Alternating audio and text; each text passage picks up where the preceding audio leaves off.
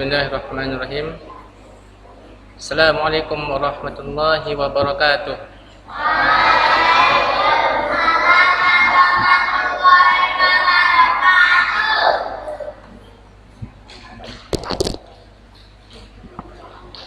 Alhamdulillahirabbil alamin.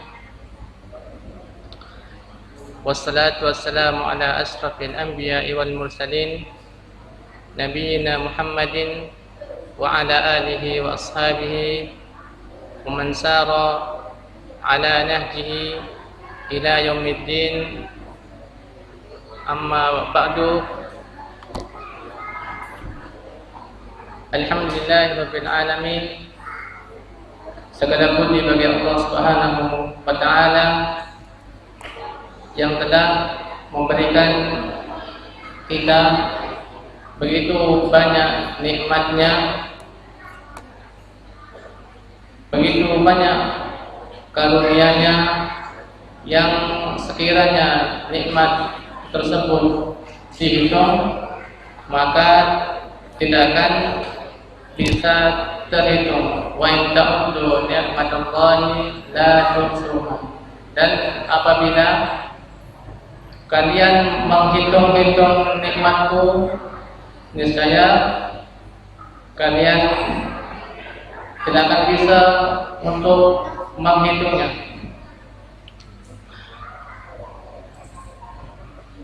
Dan salah satu dari nikmat Allah yang paling besar dan yang paling agung, yaitu Allah masih memberikan kita kesempatan untuk bertemu dengan bulan yang sangat mulia ini, bulan yang sangat agung ini, bulan yang penuh berkah, bulan yang penuh ampunan, yang mana Nabi Sallallahu Alaihi Wasallam pernah bersabda, "Idza jaa Ramadan, futihat abwabul jannah, wa ghulqat abwabun nar, wa suffidat as-syayatin." Apabila telah datang bulan Ramadan, maka pintu-pintu surga itu dibuka. Siapa yang membukanya? Allah. Wa ghulqat abwabun nar, dan pintu-pintu neraka ditutup. Siapa yang menutupnya? Allah. Wa suffidat as-syayatin, dan para petinggi syaitan itu dibelenggu. Kenapa? Dalam rangka karena rahmat Allah Subhanahu wa ta'ala kepada hamba-Nya.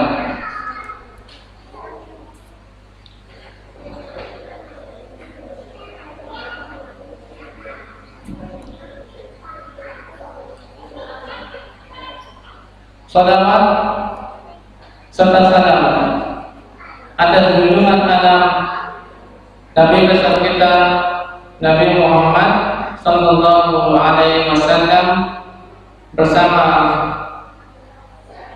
keluarganya, istrinya, sahabatnya, dan orang-orang yang mengikuti jejak beliau hingga akhir kiamat.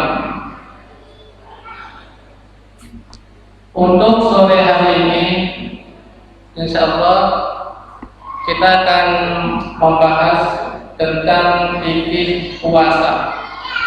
Fikih puasa, fikih yang berkaitan dengan puasa.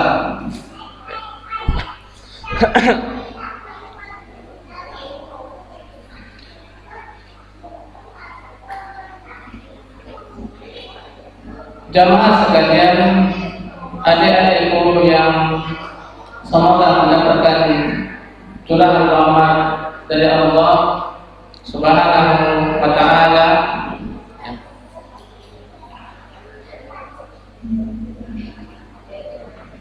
Suatu ibadah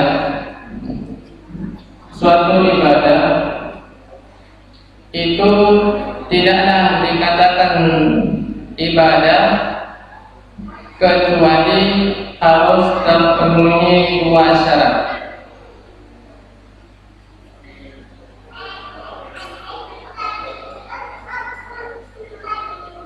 Saya ulangi, suatu ibadah tidaklah dikatakan ibadah kecuali terpenuhi dua syarat. Yang pertama yaitu al-ikhlas, mengikhlaskan niat untuk Allah Subhanahu wa ta'ala. Innamal a'malu binniyat.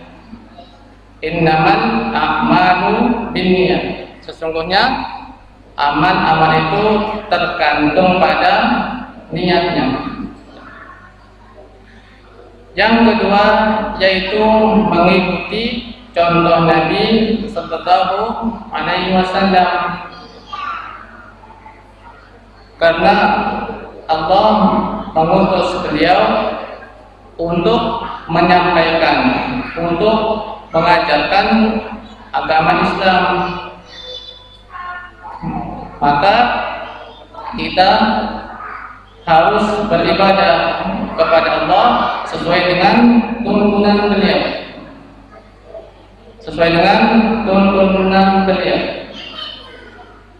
bukan membuat-buat ibadah sesuai dengan keinginan kita.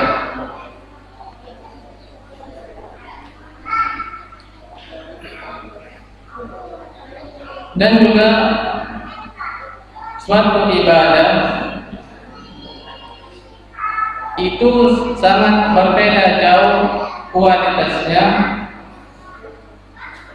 kalau kita cuma sekedar ibadah begitu saja tanpa mengetahui ilmunya. Orang yang sholat karena mengikuti orang, karena sudah merupakan rutinitas, beda dengan orang yang sholat yang didasarkan dengan ilmu,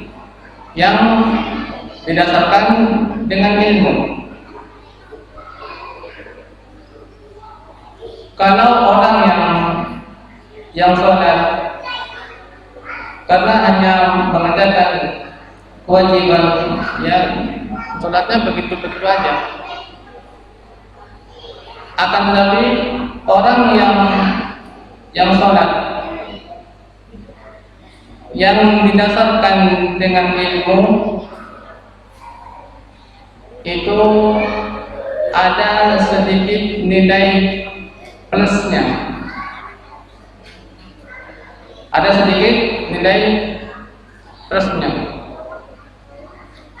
sebagaimana yang dikatakan oleh Al-Imam Al-Bukhari,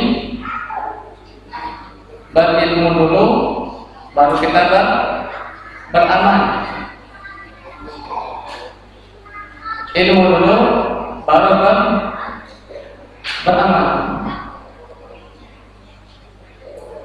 Allah Subhanahu wa ta'ala itu telah berfirman di dalam surat Al-Fatihah, Iyyaka na'budu wa iyyaka nasta'in ihdinas siratal mustaqim siratal ladzina an'amta 'alaihim ghairil maghdubi 'alaihim waladdallin. Amin. Ya Allah, tunjukkanlah kami jalan yang lurus,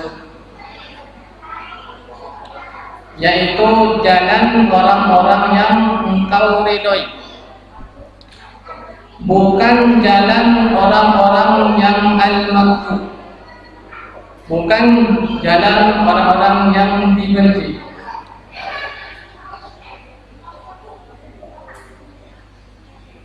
Siapakah mereka?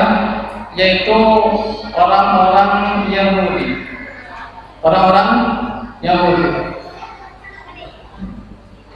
Kenapa mereka kok dibenci? Ya, karena mereka berilmu tapi tidak beramal. Mereka itu orang-orang yang pintar, cerdas, akan tetapi tidak mengamalkan ilmunya. Waladhdallin, dan juga bukan orang-orang yang sesat. Yaitu apa? Siapa mereka? Yaitu orang-orang Nasrani. Mereka beramal tanpa ilmu. Mereka beramal tanpa ilmu. Makanya orang Islam tidak boleh mencontoh mereka. Tidak boleh mencontoh orang-orang Yahudi dan Nasrani. Kita yang umat Islam hendaknya berilmu dan beramal. Begitu juga dengan puasa. Begitu juga dengan ibadah puasa. Kita juga harus mengetahui fikihnya. Fikih puasa.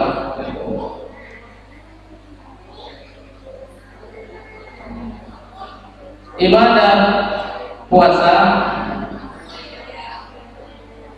itu terbagi menjadi dua.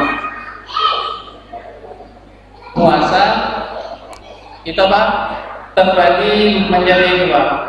Yang pertama, puasa secara zahir. Yang kedua, puasa secara batin. Puasa secara batin itu tidak kita bahas di sini. Tidak kita bahas di sini. Akan tapi yang akan kita bahas yaitu puasa secara zahir. Secara zahir. Nanti untuk fikih puasa kita akan membahas beberapa bab yang mana saya ambilkan dari kitab Al-Wajiz fi Fiqh Sunnah wal Kitabil Aziz. Ana ambilkan dari kitab ini khusus untuk pembahasan puasa.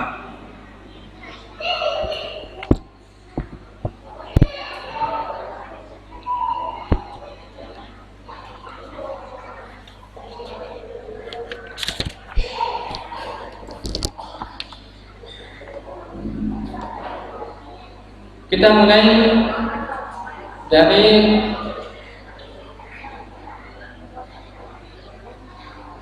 qala al-muallif rahimahullahu ta'ala, Kitabus Shiyam, kitab yang membahas tentang puasa. Baik. As-siyamu lughatan al-imsak. Puasa itu secara bahasa itu menahan diri, baik menahan diri dari makan, minum, mendengar, berbicara, terserah, umum. Yang penting apa? Menahan diri. Yang kedua, puasa secara syar'i. Wa huwa al-imsaku 'anil muftirat min tulu'i fajr tsani ila ghurubi syamsi ta'abbudan lillah. Jadi yang dinamakan dengan puasa secara syar'i al-imsaku 'anil muftirat, menahan diri dari segala yang membatalkannya. Min tulu'i fajri tsani, dari mulai terbit fajar yang kedua. Karena fajar itu terbagi menjadi dua. Yang pertama fajrul awal, yang kedua fajrul tsani. Fajar yang pertama itu biasa diistilahkan dengan fajar kadhib. Yang kedua biasa diistilahkan dengan fajar shadiq. Fajar kadhib itu bentuknya seperti cahaya yang menyembur ke atas langit, membentuk seperti ekor serigala. Itu bentuk fajar kadhib. Dan ciri-cirinya itu apabila telah muncul itu nanti hilang, langit akan kembali gelap lagi. Kenapa? Ciri-ciri fajar kadhib. Yang kedua fajar shadiq, itu bentuknya seperti garis putih melintang di ufuk timur, di ufuk timur, tempat terbitnya matahari. Ciri-cirinya apabila dia telah muncul, maka nanti langit akan terang dan terus seperti itu sampai terbitnya matahari.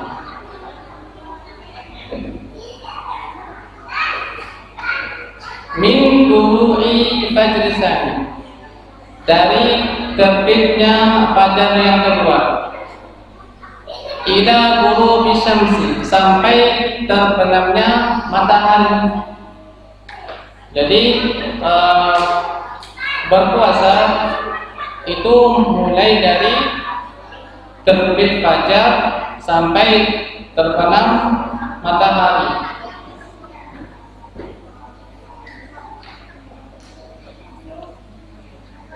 Pertanyaannya, bagaimana kalau matahari sudah terbenam? Matahari sudah terbenam, tapi belum azan maghrib. Gambarannya, misalkan bapak ibu pergi ke pantai, gitu kan? Habis itu melihat persis matahari itu tenggelam, tapi kok belum azan maghrib, maka boleh berbuka karena patokannya terbenamnya matahari.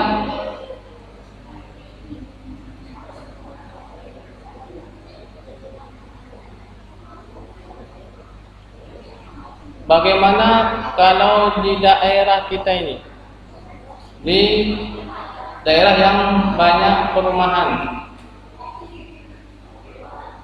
otomatis matahari tidak kelihatan, dia sudah tenggelam apa tidak? Maka boleh menggunakan patokan azan maghrib, karena kita tidak mungkin bisa melihat matahari terbenam karena banyak bangunannya, kecuali mungkin bapak ke laut itu kan ada satu lihat matahari benar-benar tenggelam, maka boleh.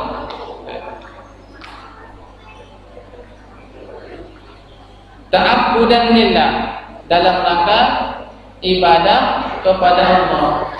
Jadi yang namanya puasa kita apa? Menahan diri dari segala yang membatalkannya, dari terbit fajar sampai terbenamnya matahari dalam rangka ibadah kepada Allah Subhanahu wa ta'ala.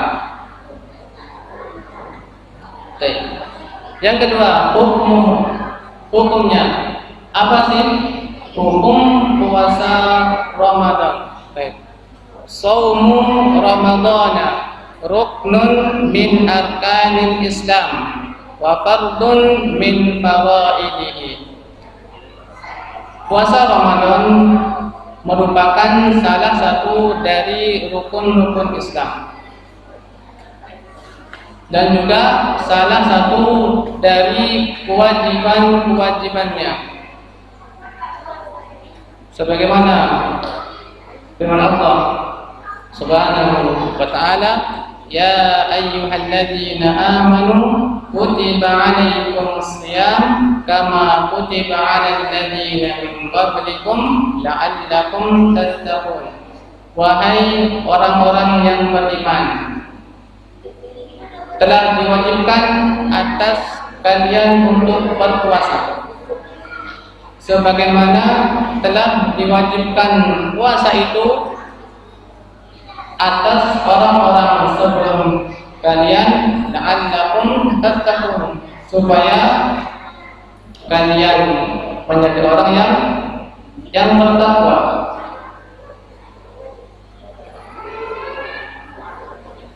Jadi hikmah dari puasa itu supaya apa?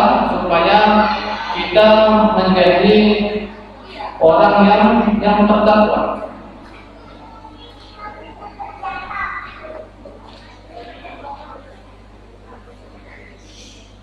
Mungkin kita akan bertanya,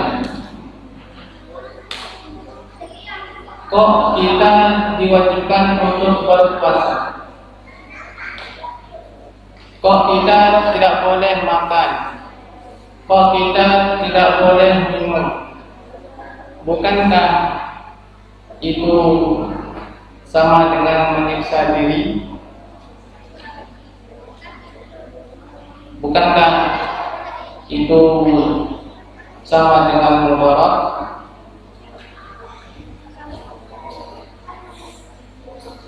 Iya.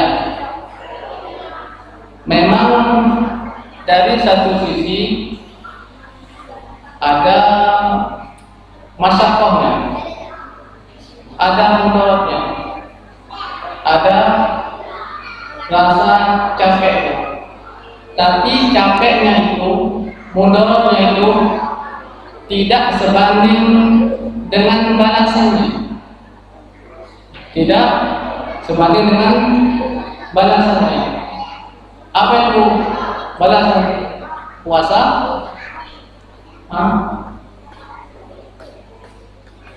Takwa, ya.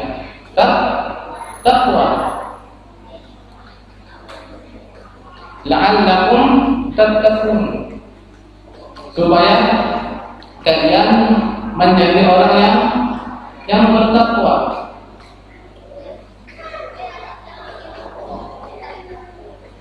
Allah Subhanahu wa ta'ala tidak ada memberikan sebuah syariat kecuali ada dua. Yang pertama, isinya maslahat semua. Yang kedua, maslahat itu lebih besar daripada mudaratnya. Sama seperti puasa, maslahatnya lebih besar daripada mudaratnya. Mudaratnya mungkin kita akan merasa sedikit lemas, lapar,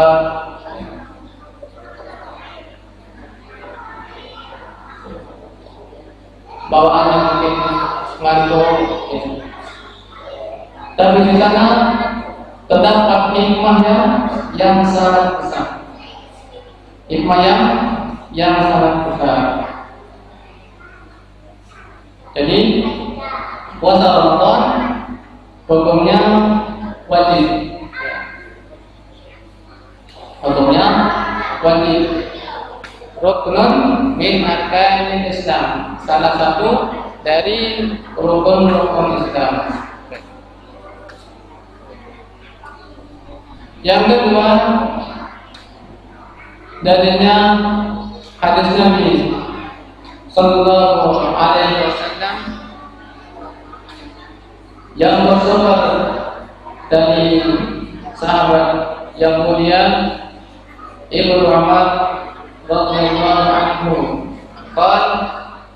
qala Rasulullah sallallahu alaihi wasallam, bunyal Islamu ala khamsin, syahadati an la ilaha illallah wa anna Muhammadan Rasulullah, wa iqamis salati wa ita'iz zakati wa hajjil baiti wa shaumi Ramadan.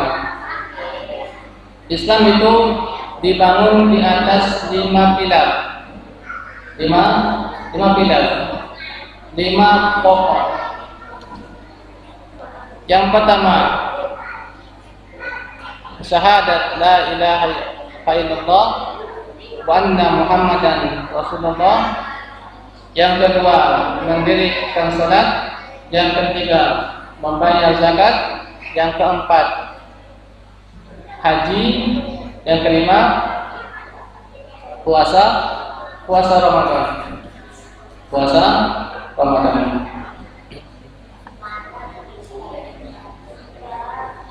Dan semua umatnya telah sepakat atas wajibnya puasa.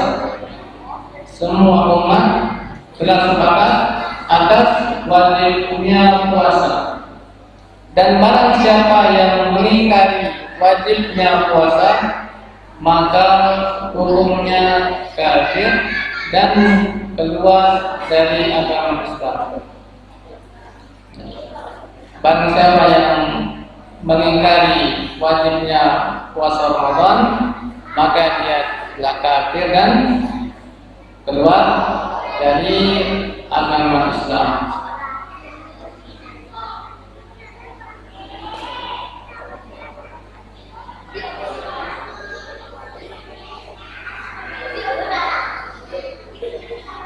Kemudian fadluhu, keutamaan puasa Ramadan.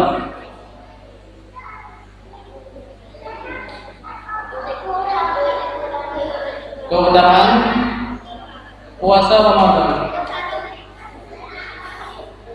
Yang pertama,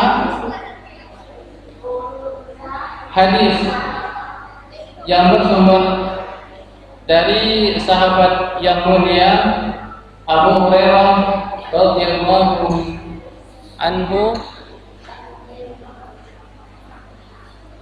Beliau telah berkata, Rasulullah sallallahu alaihi wasallam pernah bersabda, "Man shoma Ramadhana imanan wa ihtisaban, ghufira lahu ma taqaddama min dhanbi."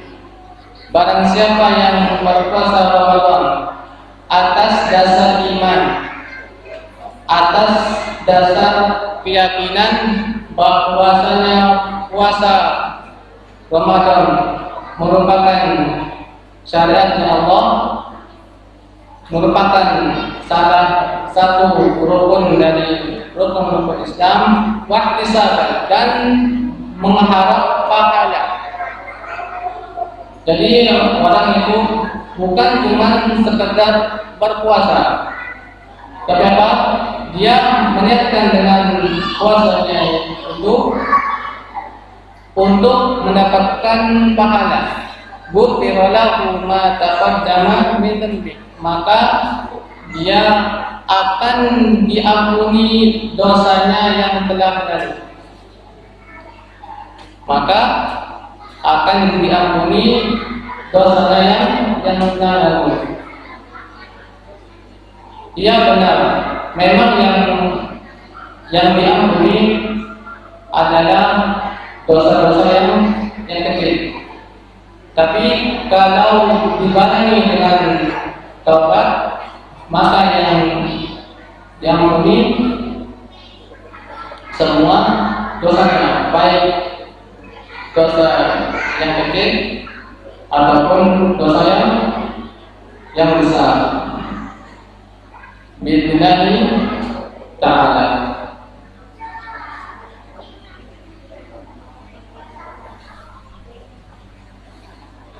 Kemudian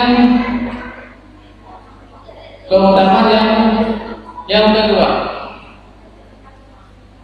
masih dari sahabat yang mulia Abu Hurairah radhiyallahu anhu, bahwasanya Rasulullah sallallahu alaihi wasallam pernah bersabda, Allah telah berfirman, kullu amal ibni Adam lahu illa siyam. Semua amalannya anak Adam itu baginya illa siyam, kecuali puasa. Fa innahu li wa ana ajzi bihi. Maka sesungguhnya puasa itu untukku dan aku yang akan memberikan pahala. Wasiyam junnah, dan puasa itu junnah, tameng, perisai, pelindung. Fa idza kana yaumu shaumi ahadikum fala yarqud wala yasqab wala yajhal. Dan apabila telah datang hari puasa kalian, fala yarqud, maka janganlah ngomong kotor, janganlah berbicara yang kotor, wala yasqab, dan jangan juga membuat keributan, wala yajhal, dan jangan berbuat kotor. Fa in syatamahu ahadun aw qatalahu falyakun inni sha'imun.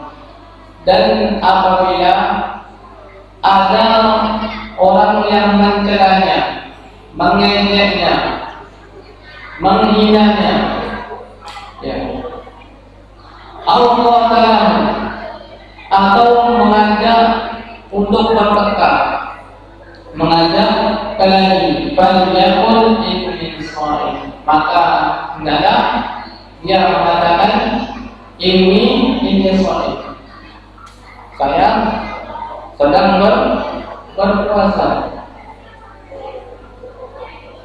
Maka ini dibaca dua kali, inni shaim, inni shaim.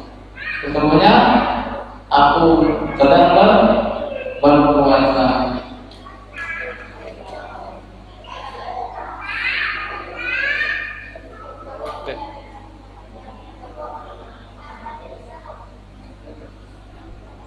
Walladzi nafsu Muhammadin biyadihi, dan demi yang jiwa Muhammad berada di tangannya, la qulubu fami shaim adyamu inda Allah yawmal qiyamah min rihil misk. Dan demi jiwa Muhammad yang berada di tangannya, sesungguhnya bau mulut orang yang berpuasa kelak di hari kiamat itu lebih harum daripada misk, bau parfum yang paling harum.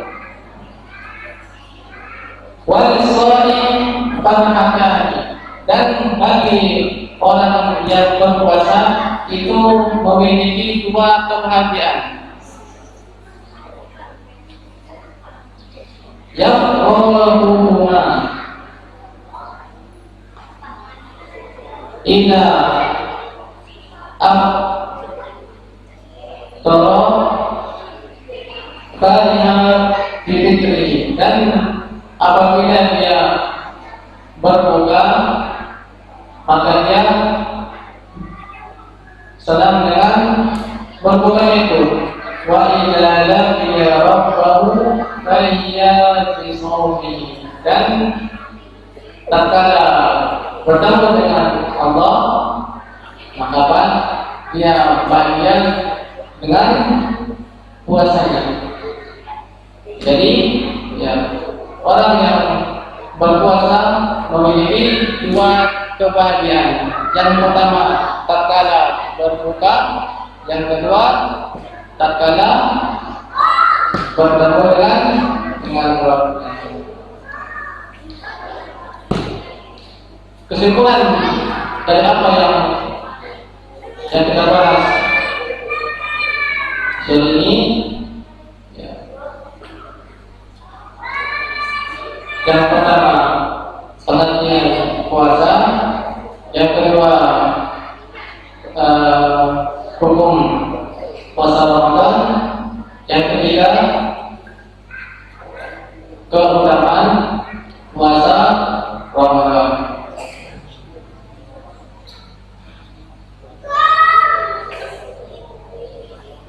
Hadza Allah Ta'ala a'lam bishawab. Ini yang bisa kita bahas untuk sore ini.